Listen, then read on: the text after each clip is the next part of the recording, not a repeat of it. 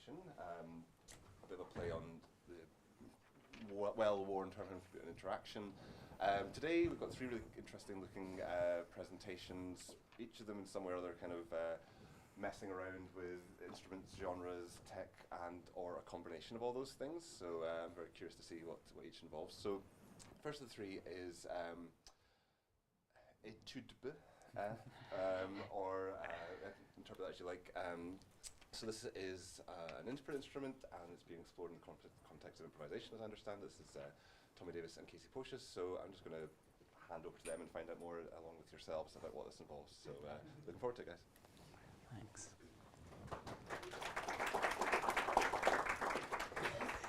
Hi, everyone. Thank you for being here in person and for any of you online as well. Thank you to the Sonorities Festival and all the organizers and volunteers for this wonderful event. My name's Tommy Davis. I'm a doctoral candidate at the Schulich School of Music at McGill University in Montreal, Canada. And this is Kasey Pocius, one of the collaborators on the eTube project, an intermediate artist and programmer who just finished their master's in music technology at McGill this fall.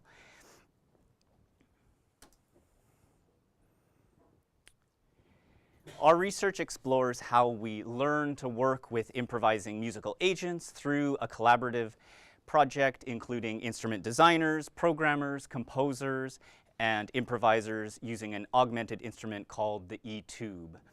The eTube has a simple controller which facilitates interaction with improvising software, often called musical agents, which are defined by Kavink Tatar and Philippe Pasquier as, quote, artificial agents that tackle musical creative tasks, end quote.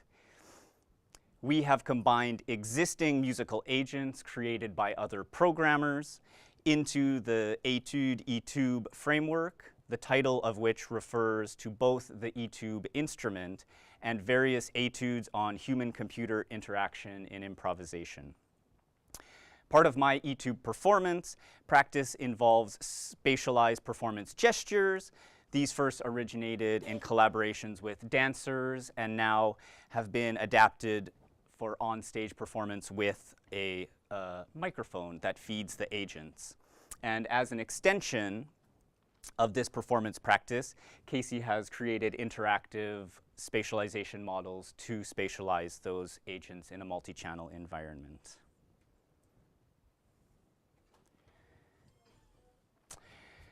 I have performed on saxophone mouthpieces attached to PVC tubes for around 10 years.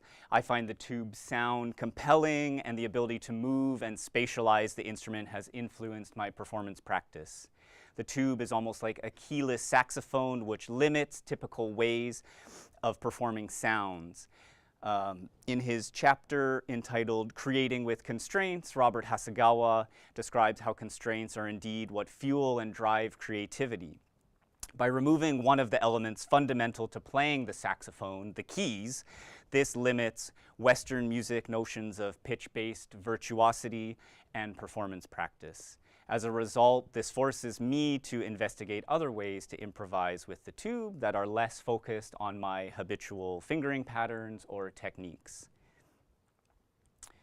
Vincent Cusson, who is another member of the eTube team, is a digital luthier and programmer based in Montreal, and we began working with musical agents in 2021 during my doctorate. Our decision to augment the tube was inspired by John Bowers and Phil Archer's infra-instrument concept, which refers to purposefully incomplete, deconstructed, or broken instruments that are limited in terms of virtuosity and leave more latitude for electronic augmentation. And it was this vacant sonic space that we decided to fill with musical agents. It was the absence of melodic and harmonic-based notions of Western art music virtuosity which necessitated that I explore the tube's unique and rich timbral palette in lieu of my habitual performance approaches. Since my hands are now free from using the saxophone's keys, we decided to design a controller to interact with the musical agents. The eTube is an augmented instrument made of a PVC tube augmented with a 2-button controller, and you can see the 2 white buttons on the screen.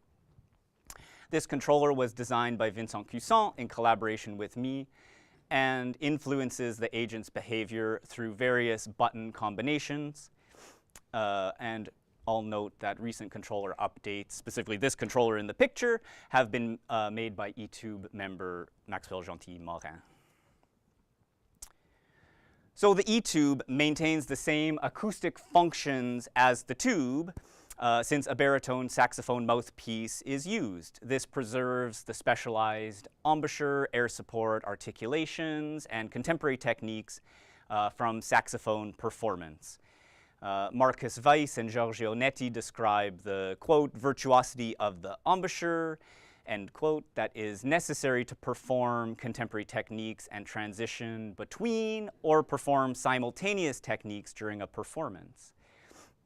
The eTube is limited in terms of pitch flexibility on one hand, and on the other hand, the saxophone mouthpiece allows me to access standard and contemporary saxophone techniques that I have practiced over the years. So I'll give a quick performance of the sort of basic sound palette that I use with the eTube.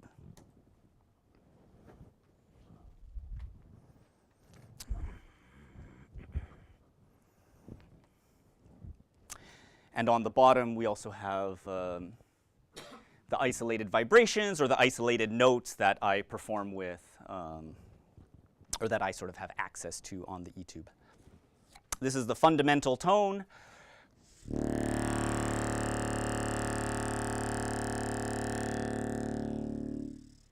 And that tone with added harmonics.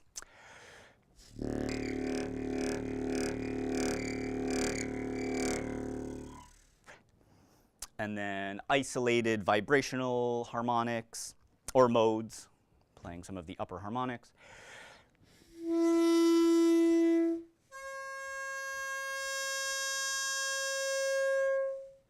Some multiple pitches consecutively played.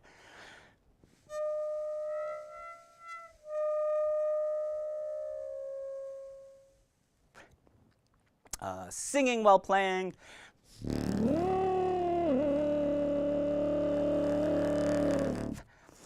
Slap tonguing, a percussive attack.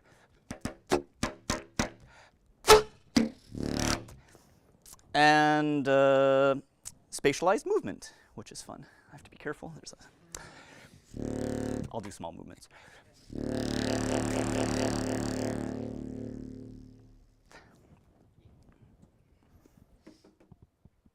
Actually, I'll hold it. You hold it. eTube is the improvisation framework first developed by Vincent Cusson and me, and simultaneously refers to the eTube and this series of improvised etudes based on human-computer interactions, or human-computer improvisation. The curly brackets are borrowed from programming languages, which use them to define variables which are both true, representing the intertwined relations between the eTube and the etudes. We also find the acronym for decibels, dB. I'm sure all of you are familiar with this, which of course measures the relative loudness of sounds. The French word étudier, to study, suggests how humans and agents learn from each other through performance. While working with the agents, the human studies the agent or agents and learns how to react differently with interactive or listening settings. And the agents analyze my live sound using audio descriptors via the microphone. I won't get into the specifics of the agents today, but we can generalize by saying that some of these agents use audio recordings for their output. So we can consider these audio recordings like the agent's musical memory. And so depending on the audio recordings that we use, this will of course affect the agent's output. And some of you might be thinking, why are they calling computers agents? Computers can't improvise, and you may be correct. This is a screenshot of the agents we use, a typical looking software, for those of you familiar with interactive computer music. Even if computers cannot improvise, we have found compelling reasons to consider them as co-creative improvising partners. Eric Lewis discusses this issue in chapter 2 of his book, Intents and Purposes, where he describes how one may use Daniel Dennett's concept of the intentional stance to understand musical agent improvisation. Daniel Dennett describes the intentional stance as a predictive strategy where one attributes beliefs and desires an object ought to have in order to understand its resultant behavior. A common example is the thermostat, which of course turns on when it's cold, turns heat on when it's cold, air on when it's hot. We may not understand exactly how a thermostat is designed or exactly how it operates, but to understand its behavior, we can attribute the belief that the thermostat has the desire to regulate a room's temperature. Attributing the belief that the thermostat wants to regulate a room's temperature allows us to understand the behavior, even if we don't understand exactly how it operates. And similarly, we can also take the intentional stance towards musical agents. Even if we don't understand exactly how they operate, we can pretend as if they have the desire to improvise. Eric Lewis continues by referencing Gerald Levinson's musical personae theory, which describes how, quote, music's expressiveness is the product of a listener imagining that the music is literally expressing emotion. Lewis continues by stating that this is indeed how we also engage with human performers. If someone plays something loud, fast, and angry, for instance, we don't assume that they are actually feeling angry. We make believe that they are taking on this persona within the performance context. And so regardless of whether computers actually improvise, using Dennett's intentional stance, we can believe as if computers have the desire to improvise. And from Levinson's personae theory, we can make believe that computers are expressing emotion and engage in performance with them just as we would with another human. Having said that, rather than considering the agents as akin to humans, we remain open to new ways of making music that are specific to musical agents. Following from this perspective, we also consider the agents as co-creative partners rather than thinking of them as tools. And these are some other researchers that also have a similar approach. We use a microphone on a stand to capture and transmit my live signal to the musical agent, which influences its interaction and audio output. And so in this sense, the microphone could be considered as the ears of the agent, since this is how the audio signal from the E-tube is sent to the agents to be analyzed. There is a minimum input threshold necessary to launch a response, a musical response from the agent. And since the microphone is the primary way that I can interact with the musical agents, the mic's placement on stage limits my movements to a localized area surrounding it. If I move very far away, the sound input won't be strong enough and won't elicit an output from the agent. Or if I'm very close and I'm playing very, very softly, it also will not launch an output. However, I also use movement to play with the space around the microphone, sweeping the E-tube in front of the microphone or gyrating it around the microphone, interacting with this kind of the space around the microphone and the threshold that launches the agent's outputs, playing kind of with these different spatialized performance gestures.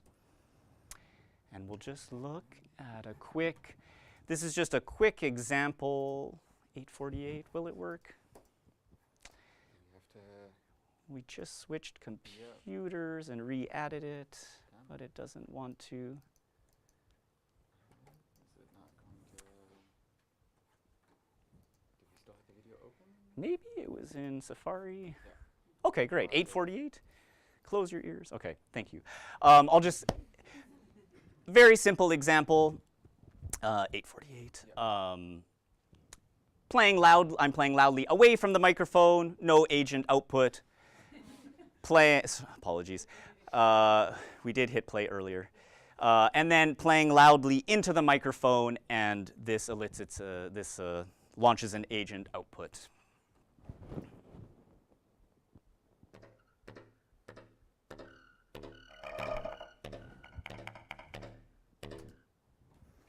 Again, just a simple example, but you can imagine as I'm moving the E-tube around, interacting with this different space, and I can play loudly away from the microphone, close to Kasey's face, without launching an output from the agent and then bringing the E-tube towards the microphone to launch an output. So these are very fun things I like to play with. And I'll pass the mic to Kasey. So my role on the project has been to expand the existing agent systems with spatialization, as we've already discussed, allowing audiences and performers to more easily identify individual agents and these systems.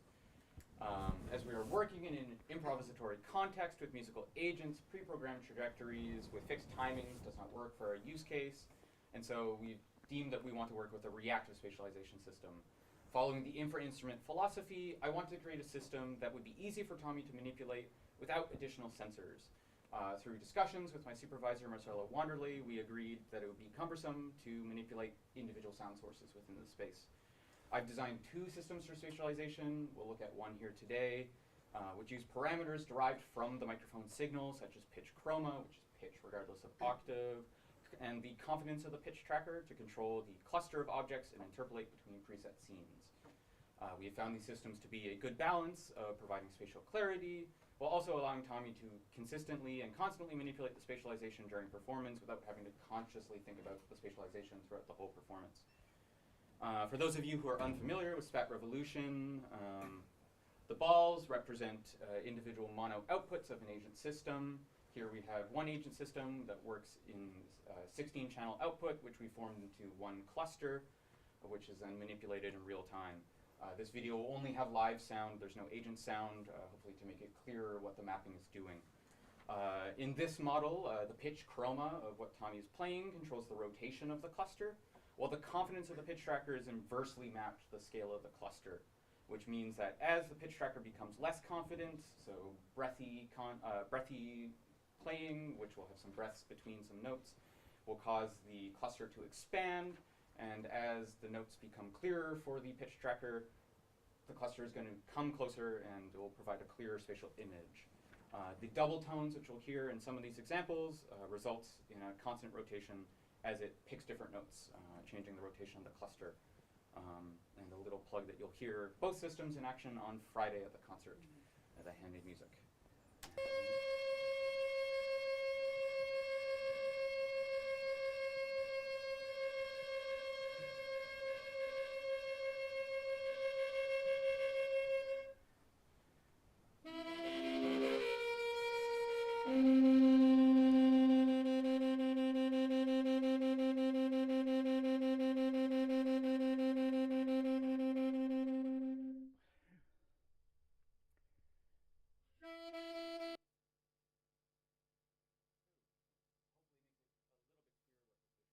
Is doing. Now we can move on to the conclusion. Back to Tommy. In conclusion, thank you, Kasey. In conclusion, inspired by the notion of the infra-instrument, we augmented a PVC tube to facilitate interaction with musical agents. Based on Eric Lewis's account, we describe sort of a brief philosophical standpoint for why we might consider musical agents as co-improvising partners, and following from that, the practice of working with the microphone and spatialized performance gestures that I perform with, and also Kasey's spatialization models. Thanks.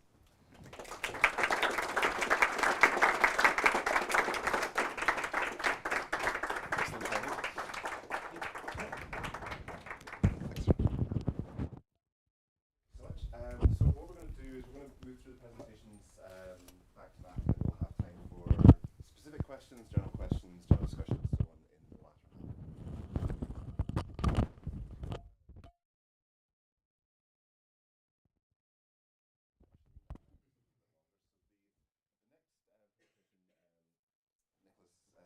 Kirk-Canny is going to give us is looking at the, well, I'm going to guess based on the description, looking at the acoustic guitar or hybrid augmented guitar in the context of composition, improvisation, interacting with what that does. Hopefully that's a fair description. And yeah, look forward to hearing this too. Cool, thanks. Let's get my slides up.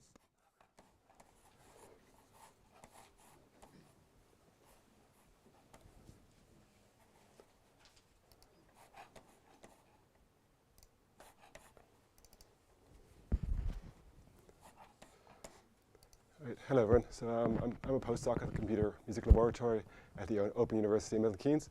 But today I'm going to be talking about an aspect of my PhD research. So this involved the utilization of the hybrid or augmented guitar for human-computer improvisation. So the goal was to use the hybrid guitar to improvise with digital compositions in pre-recorded material. The intention was also to recycle virtuosity, meaning I wanted to make use of guitar skills and vocabulary when I was interacting with digital controllers. At the same time, I wanted to be able to switch between the guitar and digital controllers efficiently and situate myself as a central agent in digital composition and performance, thereby displaying liveness. So I felt this was worth exploring as when I was doing my PhD, I finished it 2 years ago, by the way, there was a lack of research on the use of the augmented guitar as a digital controller for compositions, as most of the research kind of focuses on extending the sonic capabilities of the instrument.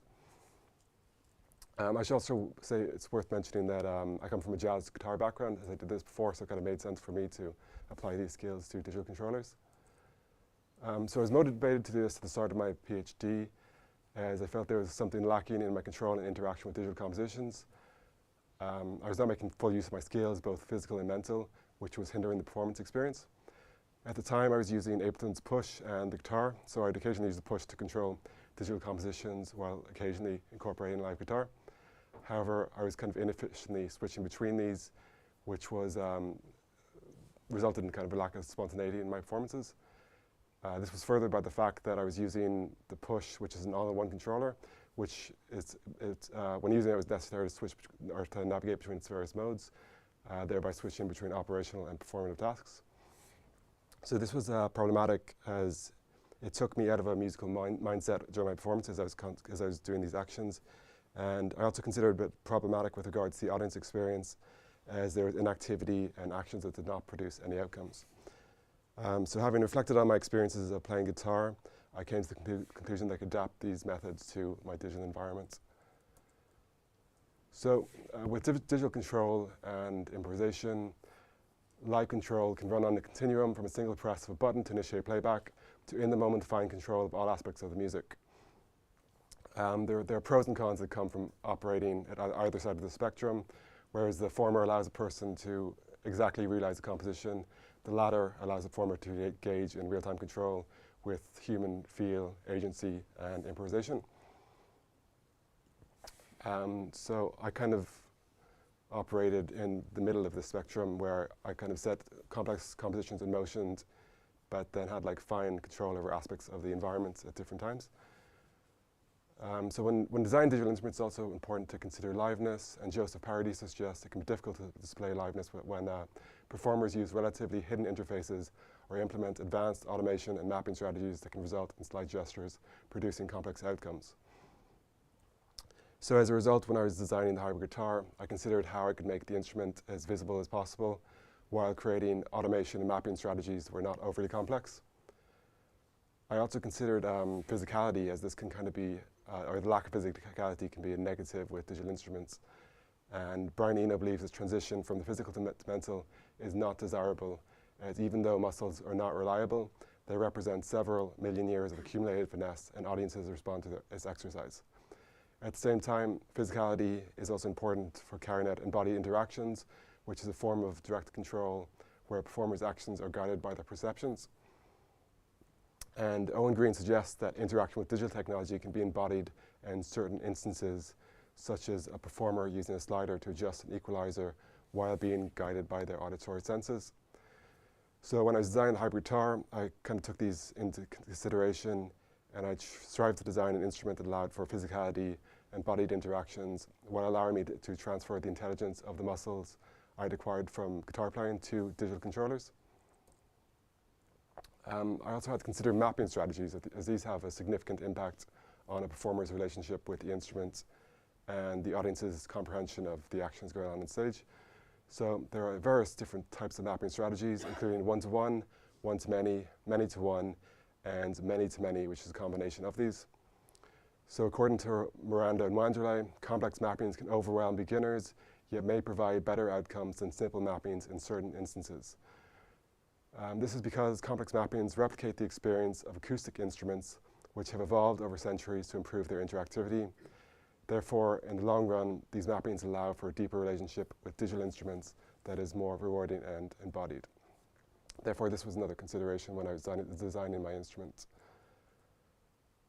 Also, when designing the instrument, to look for an effective approach, I explored the controllerism movement. This is a style of performing digital compositions in which performers use various hardware devices to have a high degree of control over digital composition with dramatic gestures, embodied interactions, and human feel. So these controllers provide new affordances. Although it is possible to control melodies, harmonies, and rhythms on the note-based level, this is often not the primary goal anymore, as controllers can now concentrate on the control of audio effects and macro events. As a result, these instruments have resulted in production technologies, studio and performance tools becoming similar, that is, live recording, editing, and processing of music. So these controllers provide many benefits. For one, they allow, or most of them allow, for the visualization of software through colored pads and graphical interfaces. This allows performers to get away from their laptops and eases cognitive load at the same time. Many controllers also tailor their performances towards audiences. For example, Daedalus in this last image, he positions his interfaces towards audiences and engages in dramatic gestures. He also uses an accelerometer, one of his modem devices, which you can move around to control audio effects. As I stated earlier, I had a problem with the all-in-one paradigm with the Ableton's push, but there are controllers that overcome this by using, or such as Fortet here, by using multiple devices. So during his performances, each of these has a very specific role and functionality, and that it's fixed throughout his performances. Therefore, he knows how it will behave at all times, and he doesn't have to switch between different modes.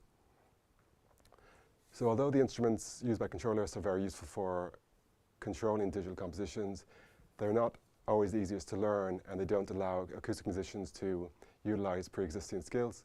That's why I applied these techniques to the guitar to create the hybrid guitar. Hybrid augmented instruments can be defined as acoustic or electric instruments that have modified with the attachments of sensors. And although performers have to adapt to the new sensors and functionality, this transition can be seamless if the technology is designed around our musicians' pre-existing techniques. And Perry Cook suggests it is important to design the technology around the affordances and constraints of a particular instrument, as some have more spare bandwidth than others. Thankfully, the guitar has plenty of spare bandwidth, as the instrument has moderate sustain and can be played legato. Therefore, the picking hand and the feet are often free to control the digital layer of the instrument.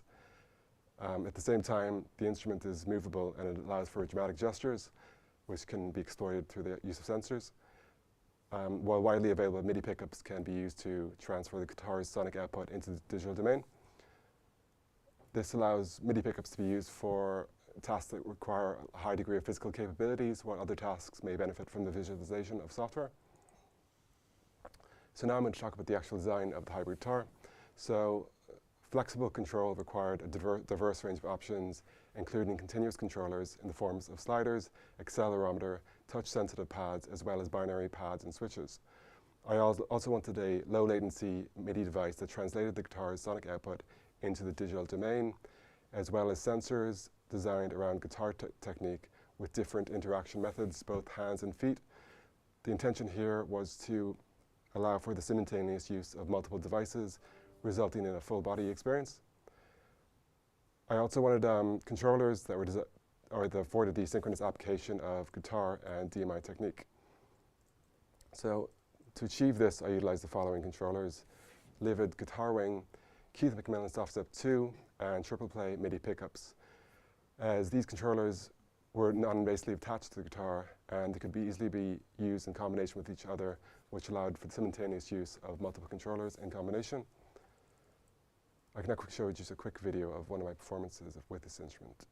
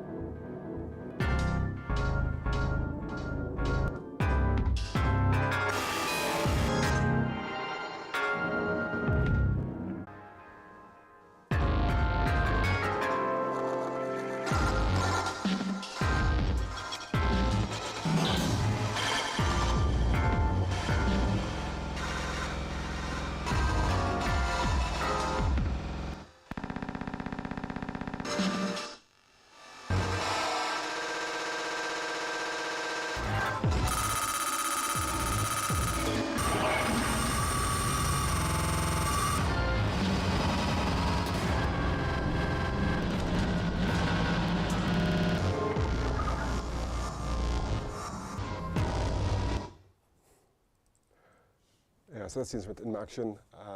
So I felt it provided many affordances. For one, it allowed for visible action-sound relationships.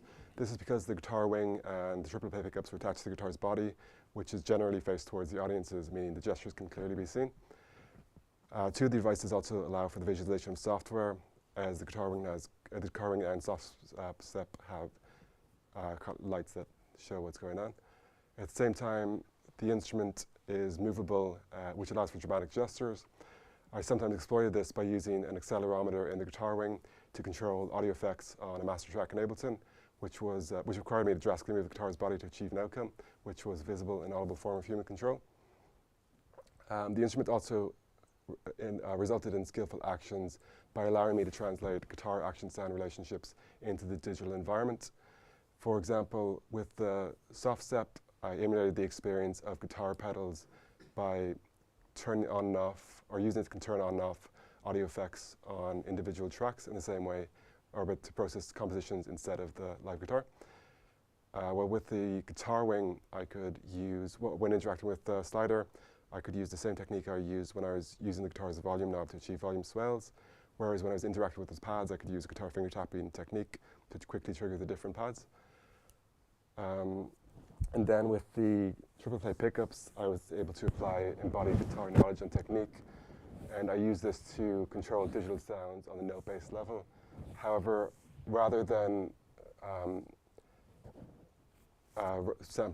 using the instrument in the same way I'd use guitar, I sampled inharmonic glitch-based material.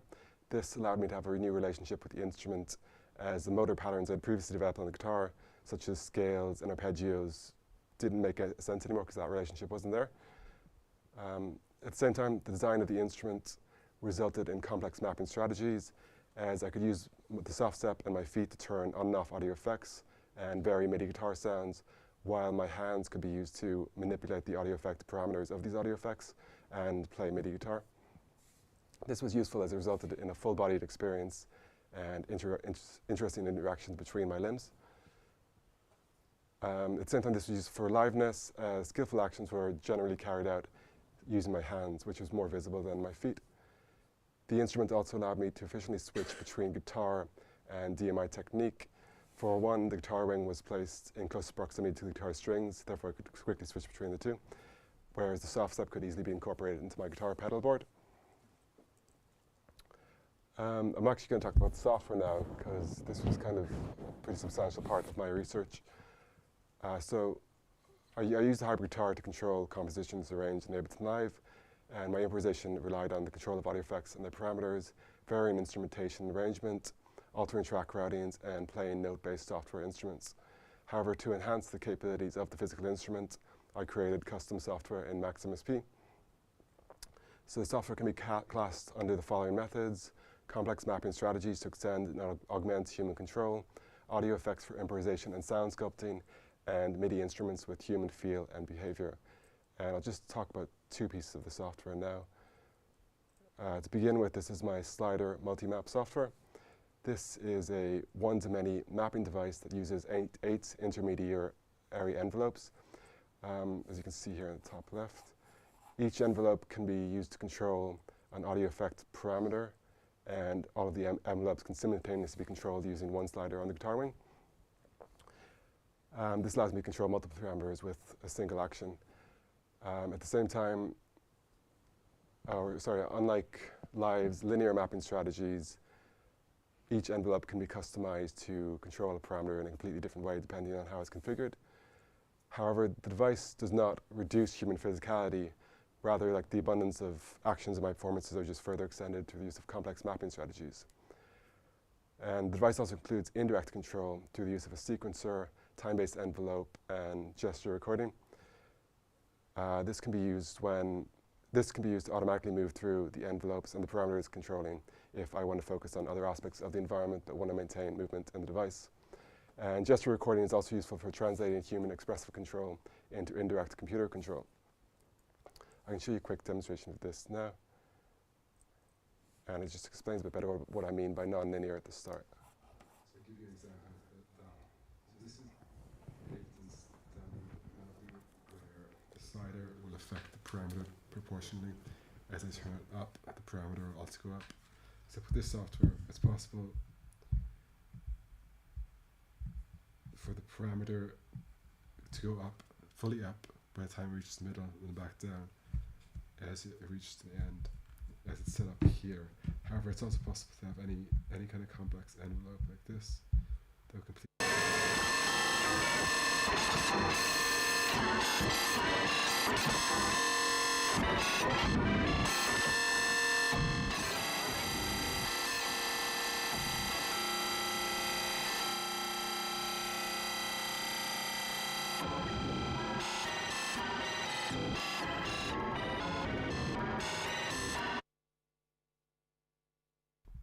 So I'll give you an example of that. So this is my glitchy asynchronous looper. This software was designed to bring studio techniques to the stage, including live recording, buffer shuffling, time stretching, audio slicing, pitch shifting, and asynchronous looping. It was also designed to emulate Oval's glitch-based approach to scratching CDs to create choppy and flawed outcomes that distort the original recording. I achieved this using a sequencer to determine how and when audio was recorded into a buffer. The sequencer was also used to control a buffer shuffler during playback and recording.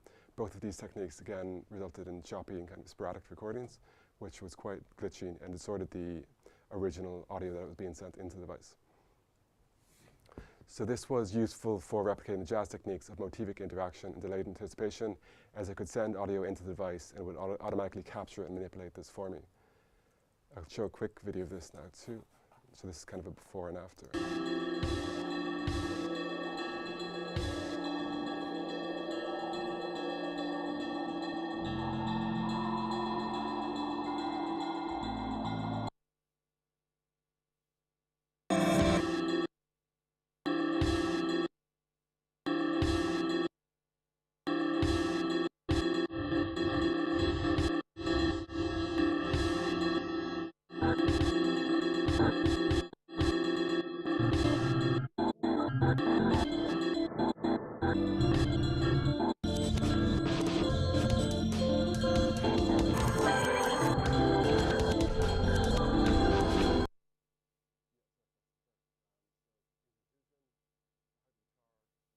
Utilize guitar skills when improvising with digital controllers and compositions.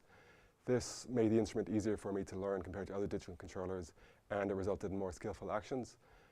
The design of the instrument also facilitated the simultaneous playing of guitar and digital controllers. It also resulted in a full-bodied experience, embodied interactions, and visible action-sound relationships. This resulted in a deeper relationship with the instrument for me, and hopefully was more entertaining from the audience's perspective, as I'm generally quite engaged in my performances. In addition to the hardware, I also designed software that extended the capabilities of the hybrid guitar through complex mapping strategies and audio processes that encapsulated studio techniques. This allowed me to control more of the software and in more interesting ways. and at the same time it provided more improvisational possibilities during my performances. Yeah, so that's the talk anyways. Thanks a lot.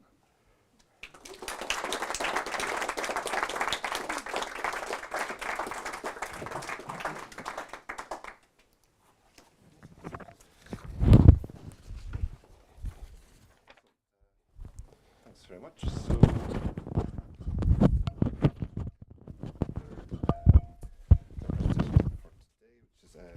Berk is going to present on hybrid,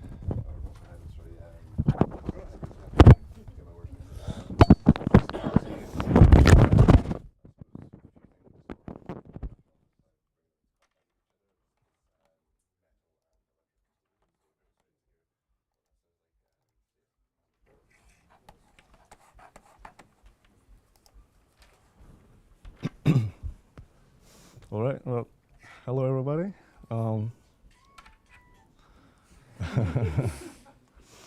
Well, quick introduction of me. Before we start, I'm a guitarist, composer, and producer. I'm currently in my third year of PhD, doing it at LCC in London, University of the Arts. And my PhD thesis is about hybridity between electroacoustic music and metal. As I started my PhD, I also had a chance to perform my pieces and try their performances at many festivals and shows around the world, and took some residencies to compose new music. I think it will make much more sense if I show you one of my pieces as a full piece and then talk a bit about what I'm doing. Oops. Okay.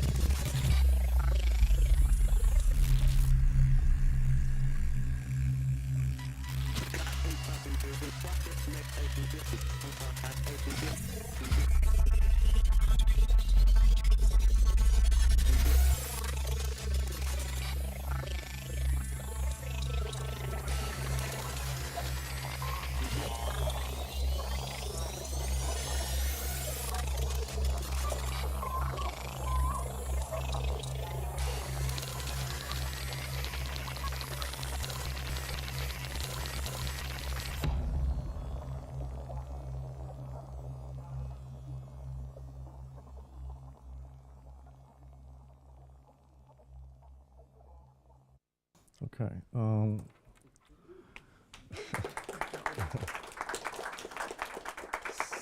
So before I go and talk a bit about the piece, so actually that piece was direct influence from one of the terminology from Richard Perks that he said in 2021. He talked about so actually also, so these are the terminologies regarding hybridity in music composition so far in the literature, and there are some interesting parallels between each author, even though, as you can see, there's a huge year gap between them. Obviously, we don't have much time to talk in detail about how they're related, but to set the context, I can talk a bit about Simon Emerson's terminologies. So for Simon Emerson, basically, there are 3 types of hybrids in music composition, and these are polystylism, Oedipus hybrid, and eclecticism, and hybrid tendency is getting stronger by the order of the terms. This hybridity level and the tendencies getting stronger is also an interesting parallel that I can find through many of the authors listed below. So for Simon Emerson, polystylism is kind of an hybrid, which 2 of the genres are almost like sitting on top of each other, and you can clearly see, oh, this is electroacoustic, this is metal. Kind of like a sandwich. Oedipus hybrid is more like a hybrid, which is the composer owes 2 of the sources, and especially one source very dominantly. However, while doing that, it also rejects other musical style in the context. And for eclecticism, it's more like a hybrid for Emerson, which is composed by the composer through his or her experiences in both of the genres. What I found as well is these are all descriptive, and these descriptive terms can be really abstract. So if you want a blueprint as a composer to compose a hybrid music, I think you will have a trouble at the moment. We can also simplify hybridity as hybridity is mainly used in race, post-colonialism, identity, anti-racism, and multiculturalism and globalization, and developed from its roots as a biological term. In its basic sense, it refers to mixture. In music, however, it is when 2 or more genres combine to form a new genre or subgenre, or when 2 or more genres are combined in a single work. So with this piece that we listened to just now, I think Richard Perks talks about another form of hybrid, which I don't think Emerson and Spinitskaya talks much about it. It's about a hybrid which is more like, when we go back to polystylism, you can clearly distinguish two genres. But according to Perks, there's a last level of hybridity, which is synthesis, which it almost becomes like a new alien music, which still owes two of the sources. Okay, so as we talked a bit before, there's also fusion vector type of hybrid tendencies getting stronger by the order of the terms. I think Phil Ho in 2010 in his thesis talks in a good detail about this phenomenon, and for him it's so in hybrid composition we can say that there's a level, and one can argue that this level can be related to the representation vector of how representative you're using the materials of each genre. But some authors argue that this is not the case, even though in some compositions there's a huge representation vector. There's still high levels of synthesis. Okay. So what I realized while looking through the literature is when I look for methods for hybridity, I could find about some talks about methodology with Phil Ho and Alcalde, but they include strategies for achieving hybridity. These strategies are for composers hoping to create hybrid works, which may draw from their terms and ideas and create hybrid music. However, these strategies are not articulated in the form of an instructional method. So in conclusion, we can say that musical hybridity is far from straightforward. Hybridization is not necessarily something that a work has from beginning to an end. We can discuss a bit of this phenomenon as well later. Hybrids are established by many different strategies and sub-strategies. Nothing in the existing literature that clearly sets forward a method for the creation of such works. No models for how such a method has been employed relative to a portfolio of creative works, and if there is, they are rarely framed in ways that composers might be able to adopt in their respective practices. So when I was composing this piece, my main aim was to engage in hybridity through both the terminology of eclecticism and synthesis, transformational hybrid, and to reach transformational hybrid stage by using external motivation factors such as aesthetics, in this case aesthetics of horror, suspense, and aggression.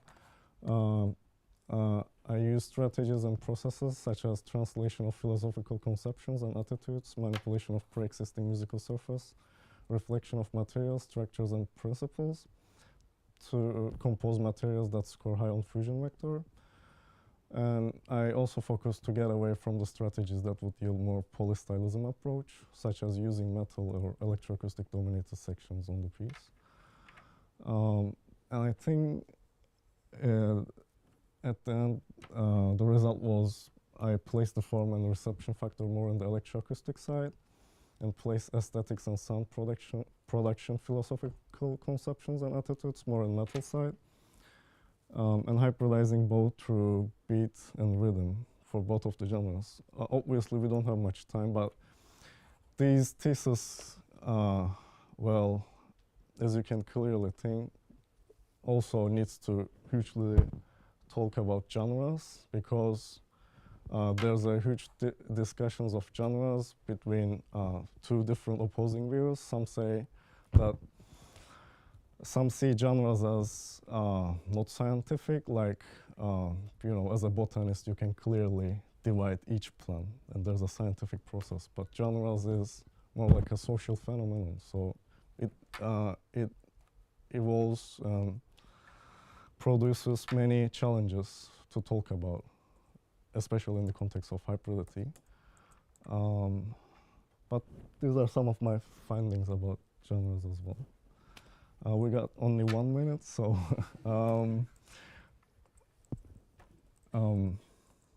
okay. So for short summary of genres, genres are categories, types of social action. Typification is culturally dependent. Genres are culturally important because they mark cultural categories, such as genres collectively help to constitute society in given sense. Genres are recognized by those who use them as opposed to those who study them. And rhetorical genres are an open, evolving class, and such genres do not constitute a neat, mutually exclusive taxonomy. Well, thanks for listening.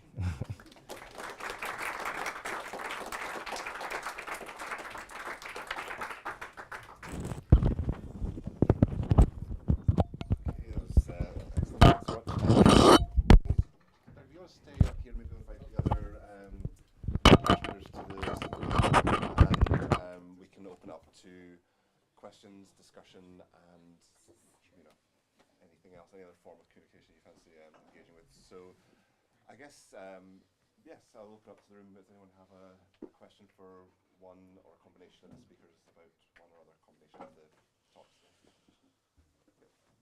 I have a question for Berk. I really liked your Aku's metal. Oh, thanks. But I wondered then how that has been received. Generally between the kind of acousmatic, electroacoustic community, and also then the metal community, how they are receiving your work as well. But when you kind of borrowing from both kind of worlds, how you think or how people think it fits into those worlds when you take it in back again. Well, I think that's an excellent question, thanks. I think to talk a bit about this question, we need to talk about the performative aspect of hybrid music that you compose. And I think most of my pieces so far fits more with the performance aspect of acousmatic music, because I actually was thinking a lot about this, especially at the start of my PhD. Where I can place the performative aspect? Is it gonna be in like metal concerts? Friendly? Is it gonna be more like acousmatic concert friendly, because I deal with a lot of electroacoustic music techniques and the way of dealing with materials. So what I realized is if I wanted to put the performative aspect more into the metal side, that would restrict a lot of what can I explore with hybridity. What I realize is I would usually be stuck in the this descriptive terminology of Emerson, which is like polystylism. And it would be more like, as a context of metal band playing, and then maybe you have a few more speakers adjusted for the metal gig. But these can be about interaction between just gestural vocabulary of metal and electroacoustic gestures, interplay, and how the textures suddenly emerge.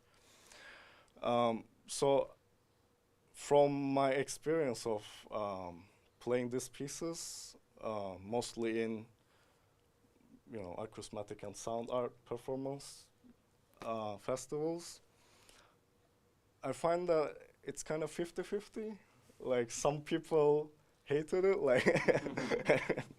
but it was really fun to see, and some people really like it. I'm not sure if there's a age factor as well, because what I found is young people usually were really open and like really engaging.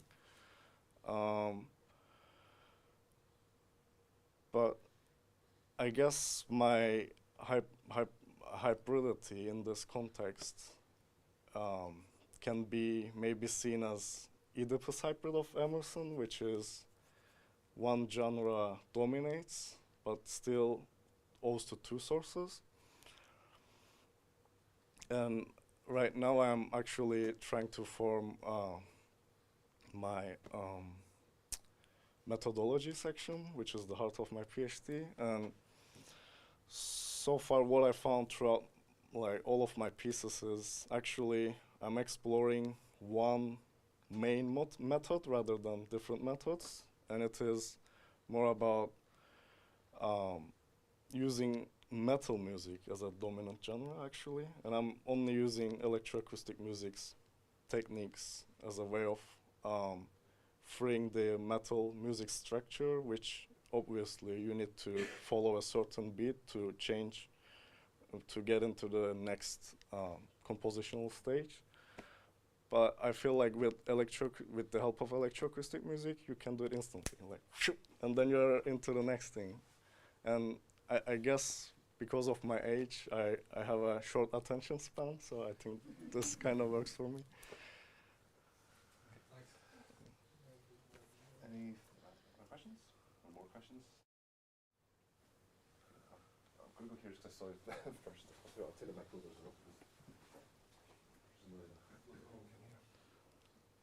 Thank you. I have a question about the YouTube.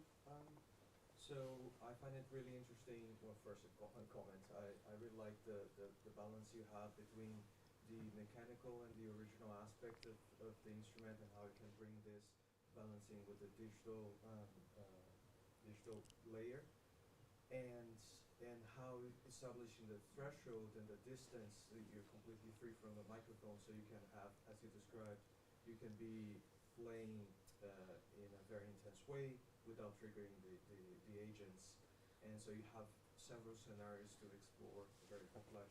I was just thinking, what if you wanted to have the agents contributing when you're playing really softly? Have you considered this, or maybe for kind of the future strategy, or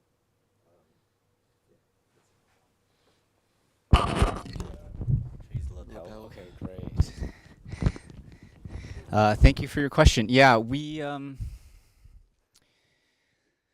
do sometimes adjust the threshold. As you've said, sometimes the agent software, there's kind of multiple modules, and so some of the agents can have a lower or higher threshold, and so certain ones will be more sensitive, so to speak. And so with the microphone that we use, the RE20, I can really get on the grill, and so even though I'm playing relatively softly, if I'm blowing some air and having some overtones, I can have a response from the agent as well. So yeah, that you're getting really to the heart of one thing that we sort of the curational, almost quasi-compositional aspect of our project, which is deciding the corpora to use and the threshold that we decide to input, and that of course affects the agent's output. If we play super loud, multiple agents might activate. If we're playing very softly, maybe just one agent will activate. Did you have other? Yeah. I mean, also just kind of to add, while Tommy is playing the E-tube, I am at the computer performing, and that can be something that I can adjust.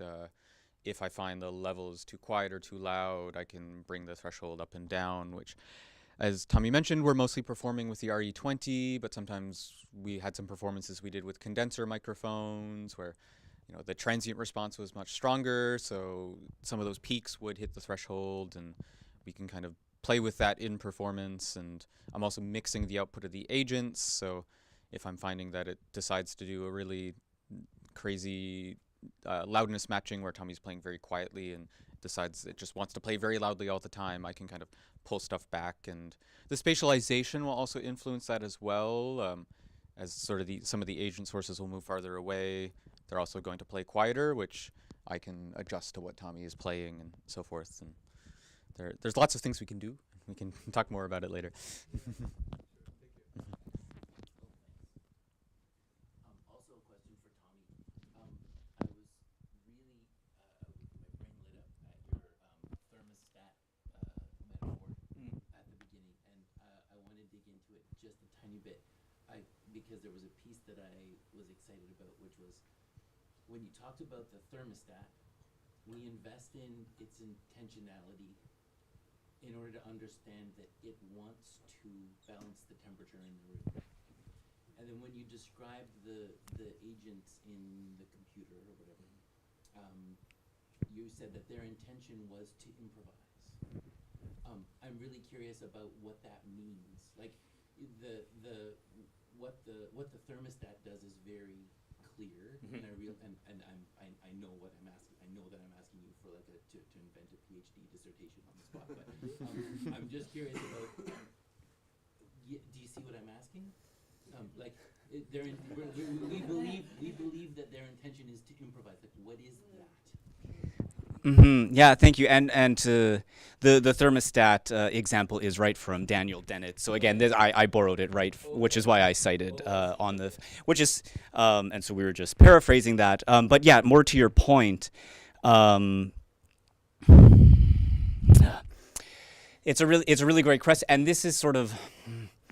This is why we went back and asked that question kind of after 3 years of working with the agents. I was a naive performer that didn't know anything about agents, and we learned about this terminology. These are agents, and they're improvising agents. And after working with them, we're kind of like, well, you know, these are very, very good technologies, you know, but are they actually improvising? Like, what does it mean to improvise? You know, these questions of intentionality. Does a computer have intentionality? I mean, I'm not a qualified person to say that. You know, I'm not a computer scientist, but we're working with, you know, kind of these AI tools and machine learning. And so just posing that question, and we found that this was kind of a compelling and a way to frame the agents that allows us to say, yes, we can pretend as if, you know, we engage with fictional characters. You know, I'm worried about Harry Potter. Harry Potter doesn't exist. But I can also, you know, care and engage with the musical agents, and this allows us then to kind of also consider them as co-collaborators and to engage with them, you know, in a performance environment. So their ability to, you're investing, you're believing that they are engaging with you? Yeah, I get that's a good way of putting it, like you would with a human. You know, when we're performing, I don't know that Kasey is actually listening to me. I assume they are because they do amazing things on stage. I don't actually know.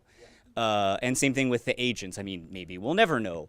But for us, you know, sort of taking this stance is maybe enough to engage with the agents in performance, even though we don't know if they improvise. I mean, I don't.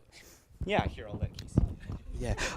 If you want to dig into this a little bit more, George Lewis has talked about this quite a lot, because it's a question of context and where we're performing. DYCI2, one of the agents that we're working with, kind of has two split philosophical strains of, we're talking about improvisation, we take the first output that comes out of it in a concert. But there's also a strain where you can kind of view it as a compositional tool, where you're using it in the studio. You might ask it to generate 4 or 5 different phrases and then kind of guide it more in that direction. Because we are playing with it live, we take the first thing that comes out of the agents. Using that improvisational framework is helpful for us to frame it that way. But yeah, there's plenty of stuff out there that is useful for that. Because again, the computer doesn't know if it's playing live or in the studio. It doesn't know where it is any of the time. So framing it within these things of the context of the performance and improvisation has been helpful for us because of that. Yeah, thanks for the question. Yes.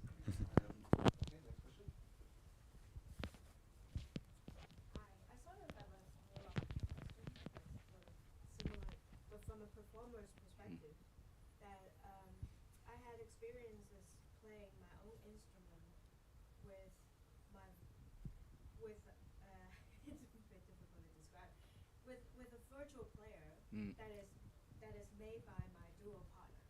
So instead of playing with him, I play with the virtual him and being alone on stage. I was really fascinated because it freaked me out when I'm playing by myself. I felt like he was playing with me. I mean, of course, I know that that's electronics.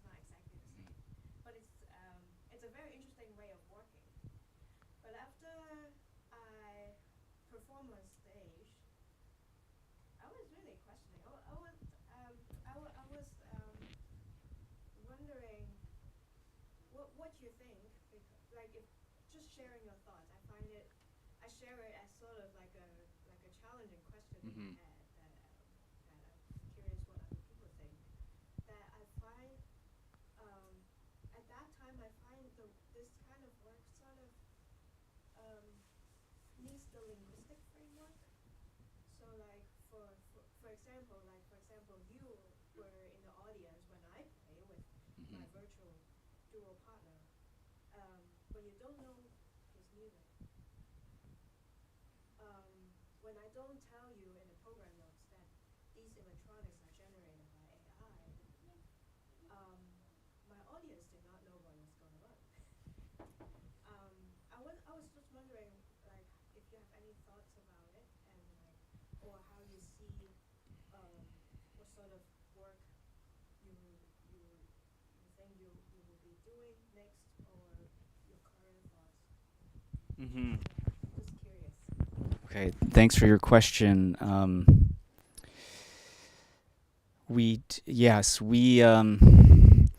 The corpora that we often use, the audio recordings, are often recordings of me playing the saxophone or E-tube, or often we've performed with Kasey and their synthesizer practice, analog synthesizer practice. When we're playing with my recordings, it's very self-similar. So I'm sort of playing with, sort of a mirror image of myself, so to speak.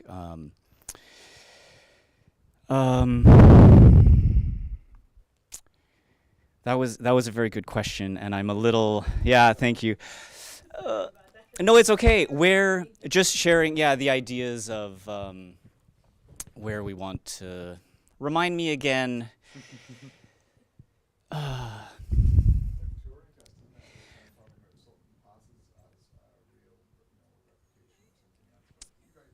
And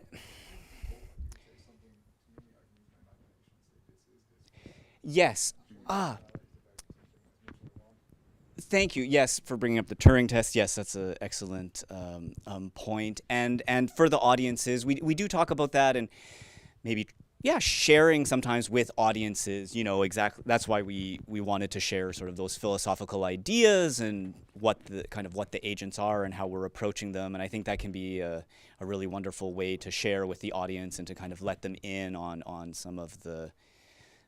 We kind of contextualize that under almost kind of like a care, like aesthetics of care for the agents, sort of sharing with the audience the agent's ability without kind of overstating the abilities, which is often the case with AI, Agents and over artificial intelligence. It's also a terminology thing. Yeah, and exactly, and by sharing sort of what the agent's abilities are, then we're shedding light on, what all the human collaborators are doing, what Kasey is doing in the project by mixing and the process of kind of co-composing, curating these pieces.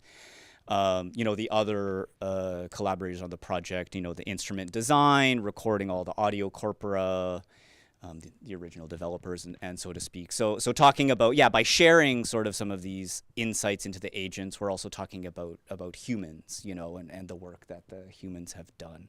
I don't know if that really answered your question. It was a really great question, and I guess that's our answer for now. But we're happy to chat more about it. Yeah, or Kasey has. Yeah. Well, and also just it's a context thing that I think will also continue to develop in a way with audiences. Of like, we talk a lot in our group of kind of this algorithmic listening. As we continue to play with the agents, we can kind of hear what the analysis software is doing.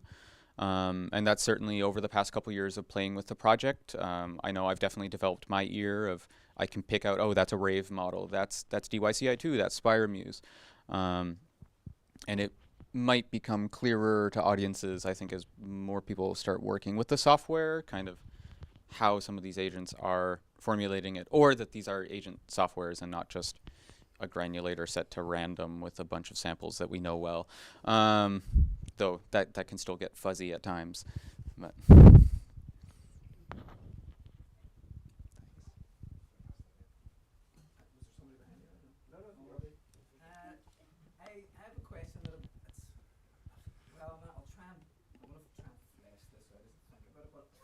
interesting.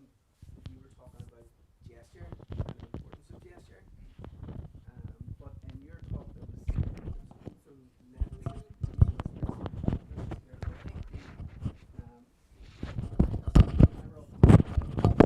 something in that I thought, do we imagine gesture, or is that just a word that we're using?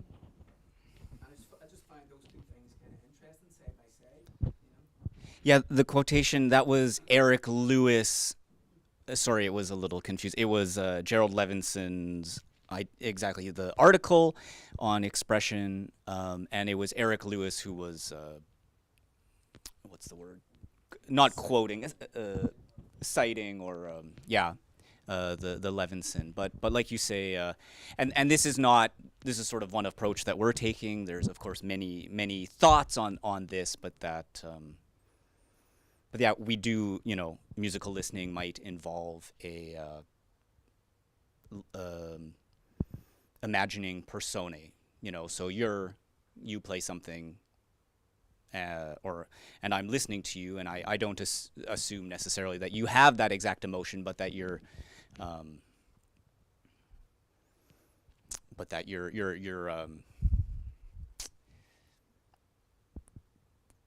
you're putting on a persona, you don't... You aren't mad at me, you're just playing angrily. Right, that's a good way to put it. Yeah.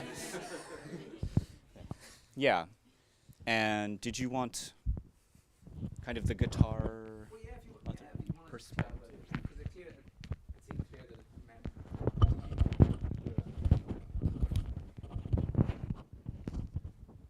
Yeah, I guess to me it's more kind of just able to express what I'm trying to express as good as I can what I'm actually doing during performances, and kind of displaying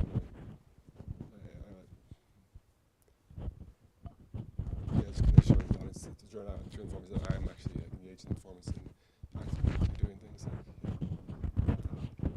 well, let's say the other aspect of my research was kind of creating participatory environments in the software, so I had kind of interactive software that responded to my actions as well, so like a certain action might produce clearly different outcome at times.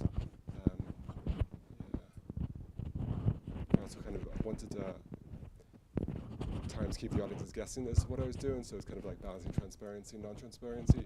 So sometimes actions had like a really simple outcome, like a one-to-one mapping that would clearly demonstrate what I was doing, whereas other times it would kind of be controlling 8 parameters once. It gets a bit confusing, but I think as they go through the different layers of it, like it kind of gives an insight on how the processes work at the same time through gesture. I guess that could be interesting then. Do you just play solo, or do you play with other people?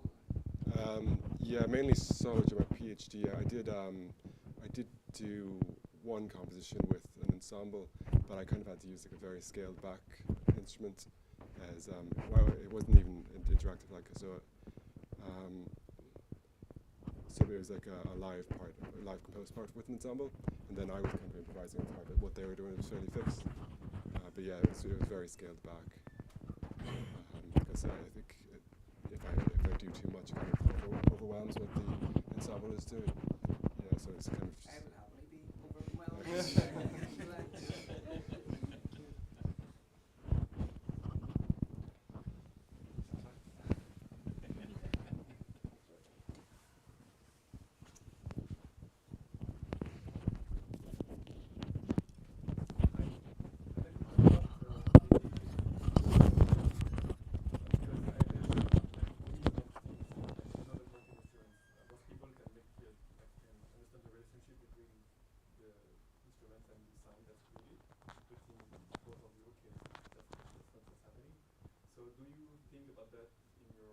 Or composition process, like to try and hold the hands of the people that are in front of you, or you might not care about that, and that's fine, or you don't care about it.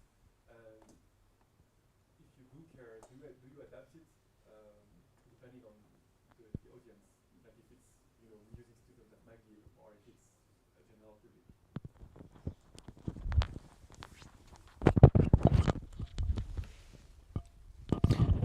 Yeah, I mean, we definitely do. I mean, that is kind of the role of the spatialization, because this is also kind of the soup that we're in, is we both have acoustic sound, live processing, and agents, and kind of working with the spatialization.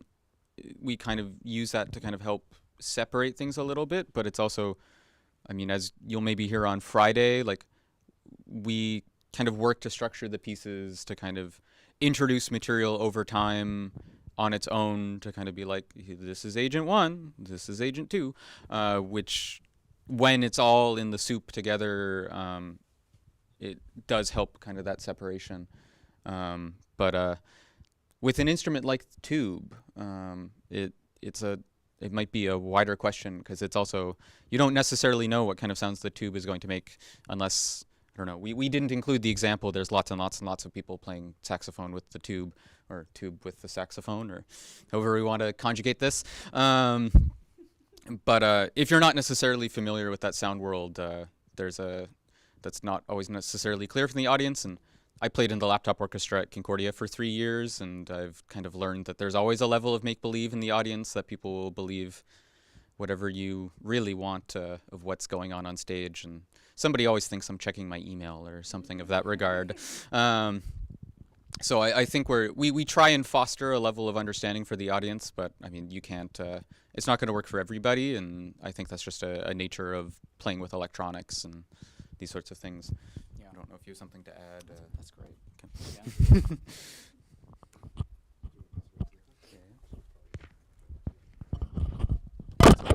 Read the question.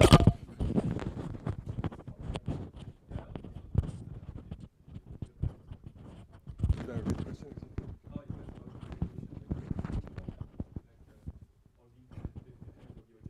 Yeah. To understand the relationship between your augmented instruments and the sound that they can hear.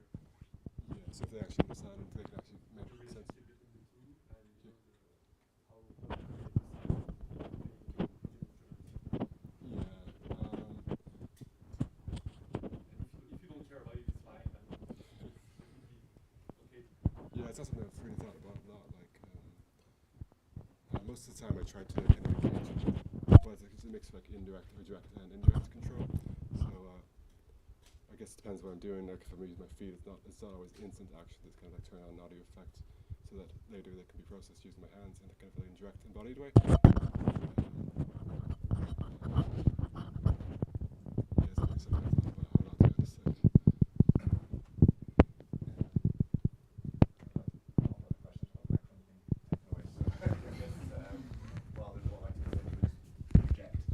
I will project.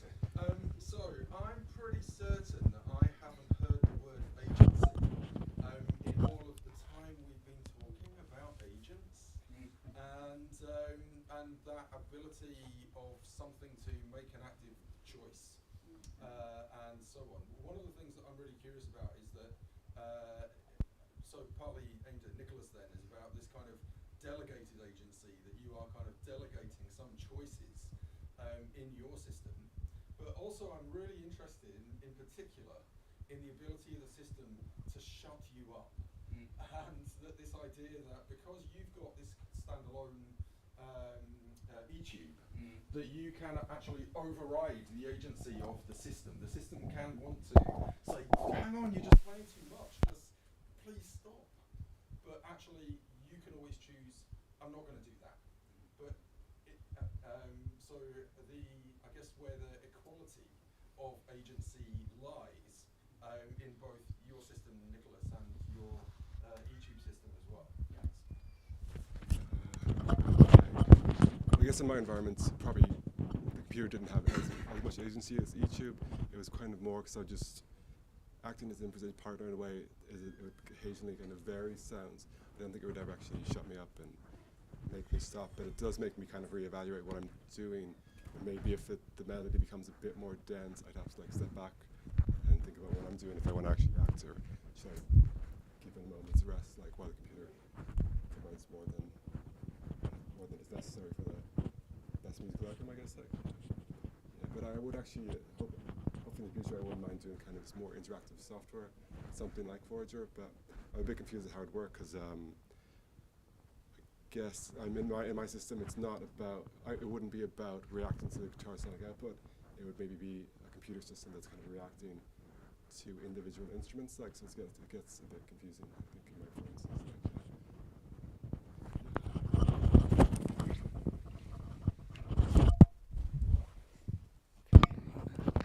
Great. Thanks for your question. The idea, yes, I'm holding the microphone and now I can't talk. It sort of goes back to maybe the what we were talking about earlier, sort of respecting the agent, you know, and like pretending like it's a person. You know, if the agent does something makes me want to shut up, I'm going to, you know, stop playing and react to that. At the same time, as a performer, sometimes I contextualize the agent in certain ways, you know, like, oh, that's a cool thing. I'm going to hang back and this is going to be an agent solo. It's not the agent deciding it's a solo. It's me contextualizing that as a solo. I think that's maybe debatable. Usually it's me in the corpora, so it's maybe me taking a solo via the agent, and then I'm contextualizing it as a solo. But your comment about agency and different levels of agency. I don't know. Did you want to? Yeah. That would be. This is Noto Thel's paper that we cited as kind of other people who are working with this. He did some really interesting studies into this, which is why we found the intentional stance useful, because Noto found that when everybody was just playing and not really thinking of the agent as another performer, they wouldn't leave space for it, and kind of taking that intentional stance allows people to think about it as another performer. But, you know, talking about equality of agency, I do think it is worthwhile to be honest of it's very hard to end an improvisation with humans. It is so hard to do it with the agents. If you give them space, they're gonna play, which means if you're ending the piece, they're gonna get excited that there's space for them to play. With Voyager, they talk about, you know, the reliable way to get it to end is to unplug the computer. So that is kind of my role within mixing things as well, is to kind of think about the context of, you know, the agents don't know that we're going to get pulled off stage soon, so kind of trying to mix some things in, and that can be either through the listening settings. Some of these, it was a newer version of the patch than what we had on the PowerPoint, but we can kind of limit to, even if it is triggered, only trigger 50% of the time, 20% of the time. So we can kind of compose density. Spire Muse will self-negotiate, so it should be doing some of this. How reliable that is varies from performance to performance, because there is what we call lifelong learning. There is no lifelong learning in a lot of these systems as of yet, well, at least in the systems that we're using. So we are definitely aware of the agency, but at the end of the day, we do still have to kind of force our hand a little bit to kind of make things fit within the compositional window that we're working with. But from talking with other people who are doing this, we're not alone in doing that. So while it may not be the ethical thing to do, like if we were playing with actual humans on stage and we just unplugged their microphone, they wouldn't be very happy. The agents are more or less indifferent to this, but it allows us kind of to give that form to things. Yeah, thanks.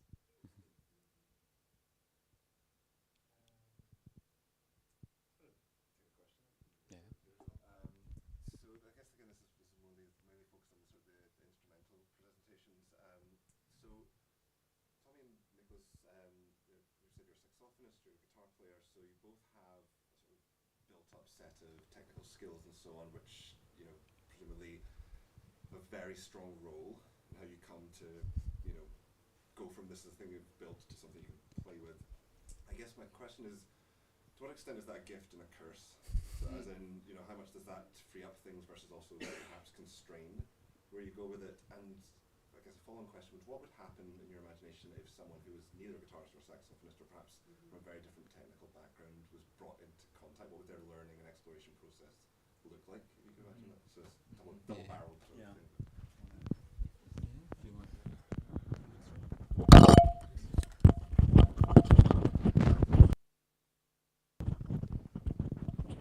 Well, for the second question, I think it's kind of, you could probably learn through experimentation in a way, because you don't need to. It doesn't require like advanced training to actually produce an outcome. I guess to produce a sufficient outcome or like a desirable outcome, it does. Like, but you can kind of just experiment with the different paths and the sliders and kind of press random things, and it will produce a musical outcome. I think you could probably learn through that way. Although I think I have detailed the software in the description of my PhD just in case people actually did want to learn it. So I have diagrams saying exactly what does what, like. But also, as it's not necessary to navigate between various modes like the push. I think you can just kind of engage with the instrument and see what happens. The first question.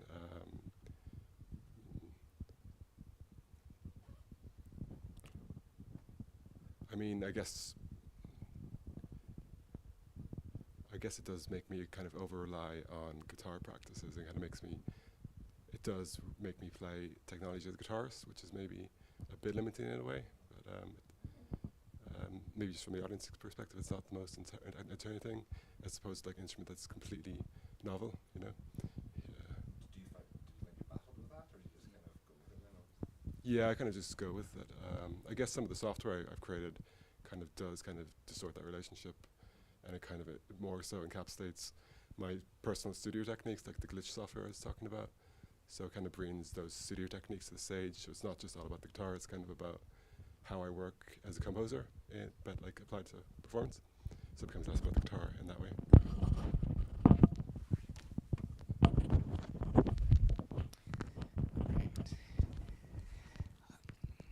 I guess for the eTube, the infra-instrument concept, sort of that those constraints and limitations, those are things I really appreciate about the instrument, and one reason I continue to perform with it and engage with the instrument, because it takes away the wiggly fingers of the saxophone. Yeah, and I can't, I might hear something like that I want to play, but I can't physically do it because it's not possible. And and that's something I've been thinking about recently. I don't really have an answer, but yeah, what would be, and I've played with the musical agents and saxophone, but sort of what is there really a difference between playing the eTube with agents versus playing the eTube with saxophone in terms of the music I decide to make? I have fewer notes. Maybe I'm focusing more on single pitches and rhythmic ideas, but I could do that with the saxophone if I wanted to. I think the constraints do contribute to the project, to performance practice. I mean, it's hard to kind of filter down to really specific things, but it is something I think about. It's something that I appreciate, in the instrument. We have had other performers, like other saxophonists, clarinetists, perform on it. The controller is relatively simple. They're mostly one-to-one mappings, and they're changing settings in the patch, so that's not a huge obstacle to overcome. If someone who didn't play the saxophone was to play the eTube, assuming they could make a sound on the saxophone mouthpiece, they would be able to make a sound on the tube. I do, slap tonguing, circular breathing, singing while playing. These kinds of techniques are techniques that I've practiced for years, and, professional musicians practice for years. And so that aspect has been maintained. And so there is a certain element of the eTube that, because of the mouthpiece, I guess the sounds that I enjoy to explore on the saxophone, but also on the eTube are, for me anyway, necessitated, many, many years of training. Yeah. Just to add a little bit on Tommy's point, it's also, I think, a compositional decision as well. As Tommy was alluding to, we had other people play. I wrote a piece called 3-Tube, which was for 3 eTubes, which was for 2 saxophone mouthpieces and a clarinet mouthpiece eTube. And it was also one of the musicians we were working with was more of a classical background than the more contemporary techniques. And it was really, I think, in the compositional structure for me, it was kind of a work with the techniques we have as opposed to being frustrated with the techniques that people couldn't do on the eTube. Kind of you can't do slap tongues, I'm going to get mad at you that I wanted you to play the slap tongues. It's just kind of like, okay, I'm just going to give you more drone material and kind of move the techniques around to the affordances that the other musicians have. So that was that. Yeah.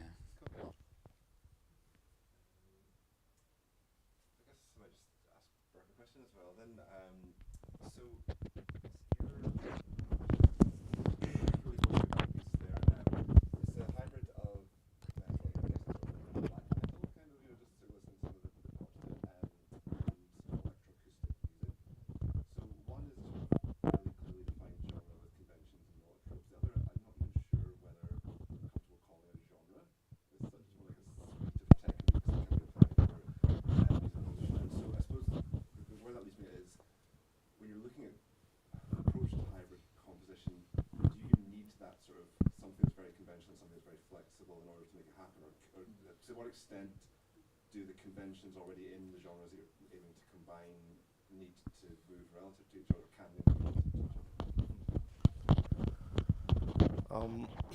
I think that's a pretty good question.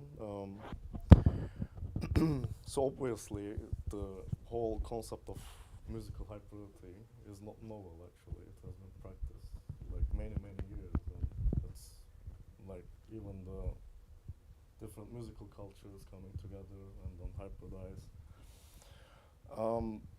What I think is, at least what I try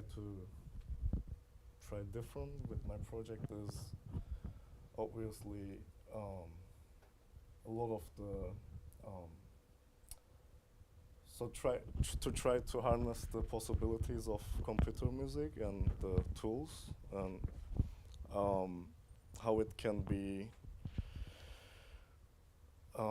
used as a hybridizing tool to hybridize different genres together. And I think when you switch the context of hybridizing two genres, which are obviously has similar conventions of like rhythm and harmony, I don't think you can really rely on this kind of techniques when you try to, hybridize with electroacoustic music, any kind of musical genre. So I think this alone initiates a lot of new challenges to explore. I'm not sure if that kind of. Yeah, I guess I suppose the sort of the choice of combining metal, say, with electroacoustic music. I mean, I guess that has the advantage that, as I say, electroacoustic music, if indeed it is a genre, has a lot of, can be shaped to something. Whereas I wonder whether it's possible with a genre that's, has very formed conventions already. Is that You mean as a metal, like metal? Say, I don't know, calypso, Gregorian chant, or something like that. I was trying to think of examples where it's less obvious how one could be laid out on top of the other, whereas electroacoustic techniques, if you like, or can be laid out or sort of adapted more readily, perhaps. Yeah. How far can you generalize from these methods to other approaches? So from my understanding, the question is about what's the advantage of using electroacoustic music in the tool of I hybridization? suppose for me the advantage is kind of clearer because of that degree to which there's much more fluidity in what that even means. What's like how we can even define electroacoustic music in this context is kind of the question. I guess I'm assuming a definition. More suite of techniques, but maybe you could flesh that out for us. I think even one can argue that like everything can be electroacoustic in this sense if you record it and put it into the computer and realize it through certain techniques. But one can also argue that even though that can be the case, a lot of composers, even though electroacoustic music in theory opens up huge possibilities of directions, one can argue that there's something which is suspicious in electroacoustic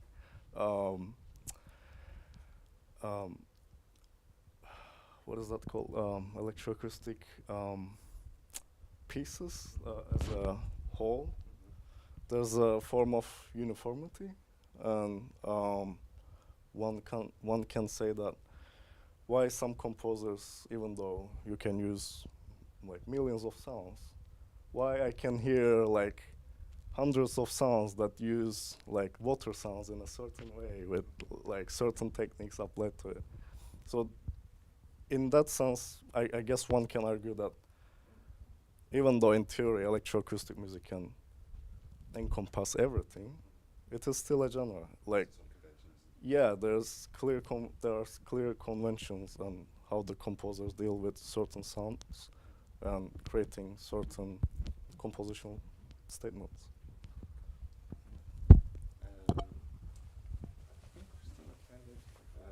Are there any other questions? Can I state a quick, well, I don't even know if it's a compositional question, but I'm assuming that you grew up in metal and then started developing computer skills. Yeah. So I guess at some point your ears started to hear other possibilities. And did your approach become more extreme over time, or were you immediately hooked on, yeah, metal music's cool, but if I could just mess this up, really, you know what I mean? Or has that changed and developed? Do you want if you could talk about Yeah, the process? you mean the process of the whole musical journey, maybe, or like so Yeah, until that? whatever way you want to approach it.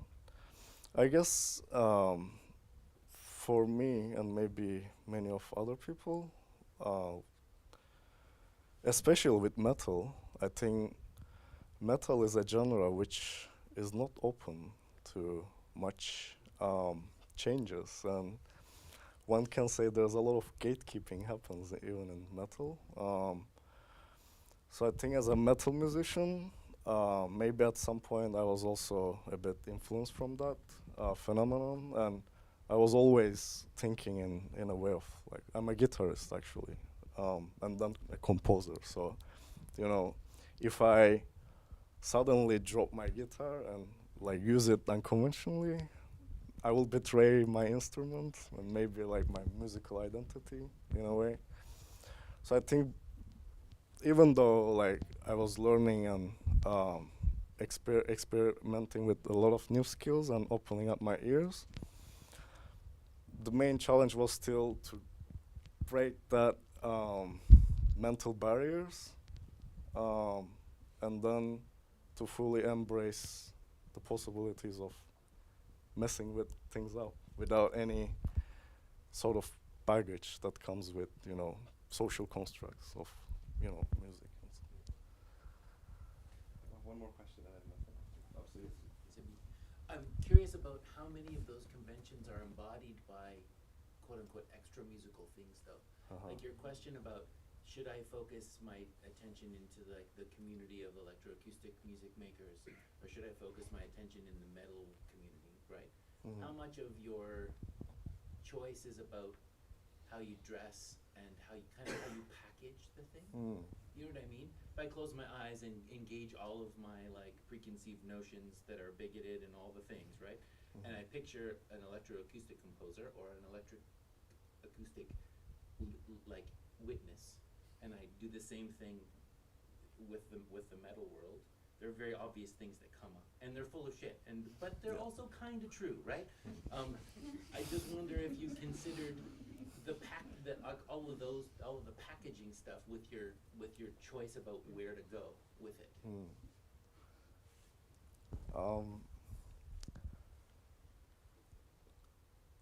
Or if you think that would even help.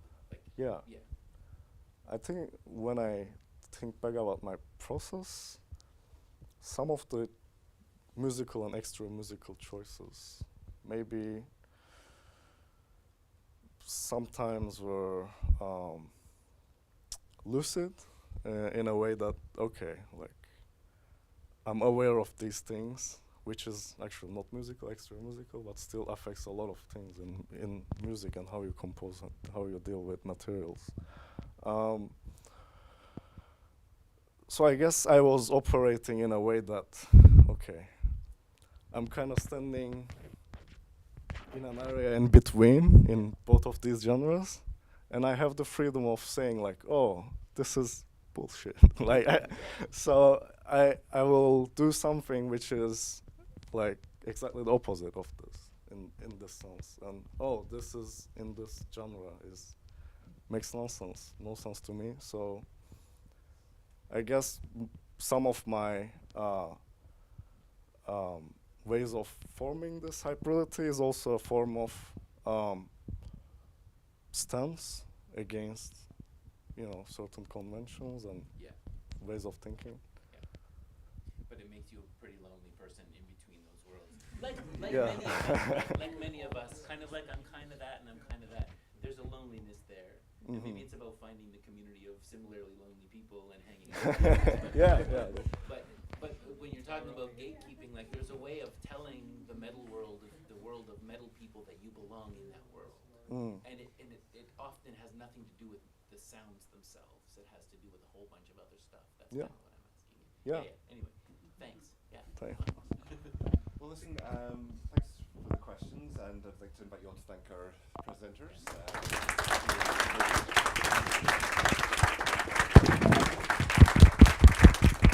I presume they'll be happy to have conversations either now or during the rest of the festival, and otherwise you're free to go.